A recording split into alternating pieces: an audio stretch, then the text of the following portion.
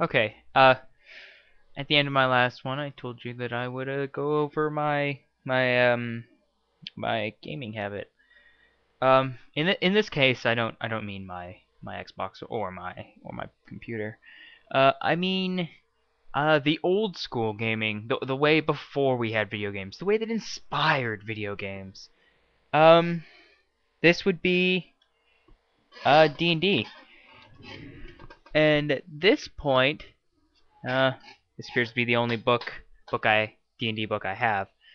Uh, it's old as you can see, but made out of awesome paper. I wish all my books were made out of paper like this. Uh, I I didn't get started. Well, I guess I got started about the same time that most people get started in pen and paper RPG. But I didn't have my first game until a couple years after that, where because it is because people have been playing video games for so many years, they find it difficult to switch to pen and paper games, or for what I've seen.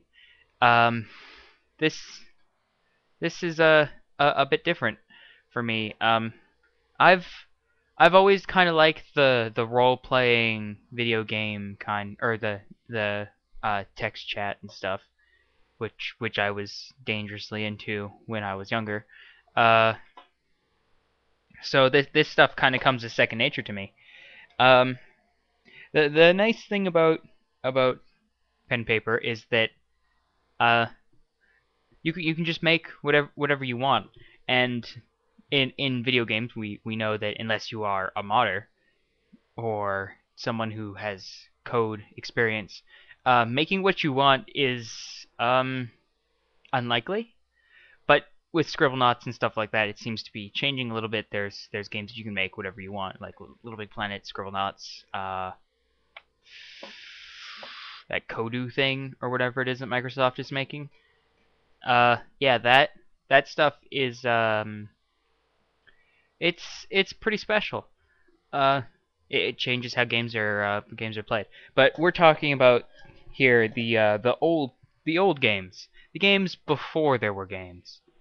Uh, Specifically, my favorite game is Rifts. Now I know that Rifts has a past of being very Munchkin, being very unfair to some, or to pretty much every degree. I apparently got a text. Uh, it's unfair because of the MDC system, and uh, and the way that some people play it. So I'm starting a new campaign.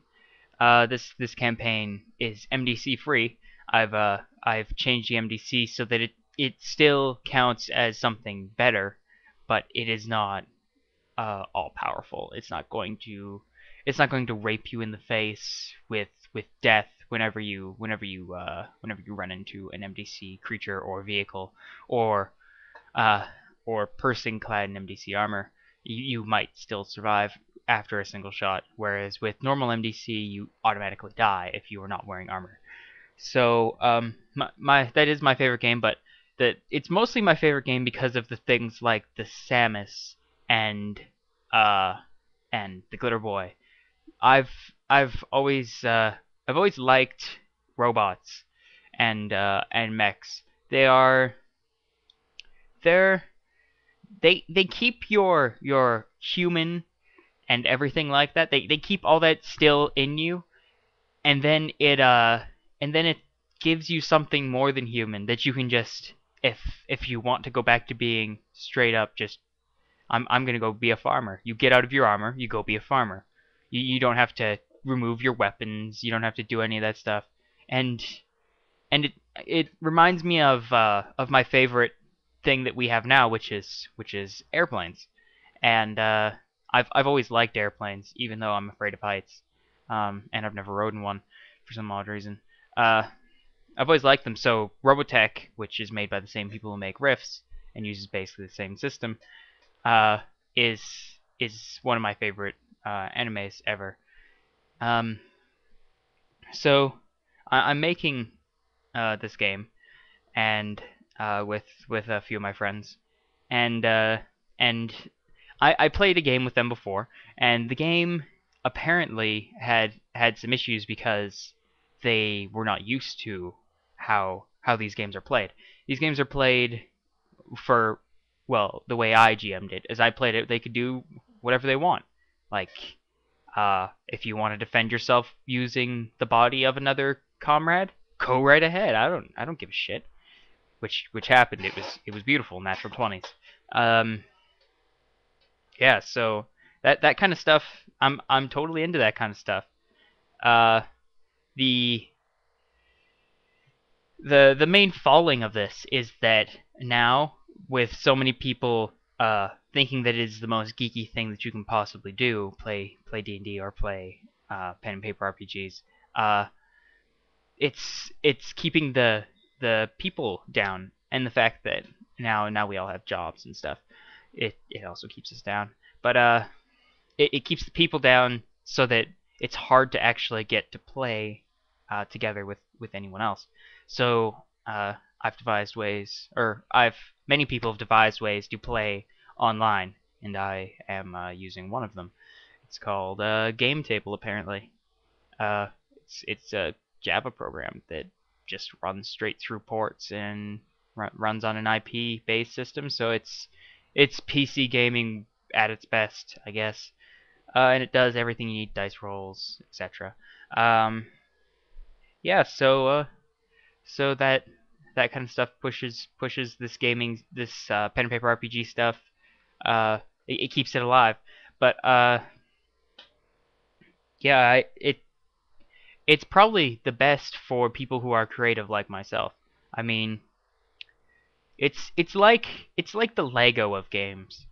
You can just play a straight up thing, like you can just whoops, not that one.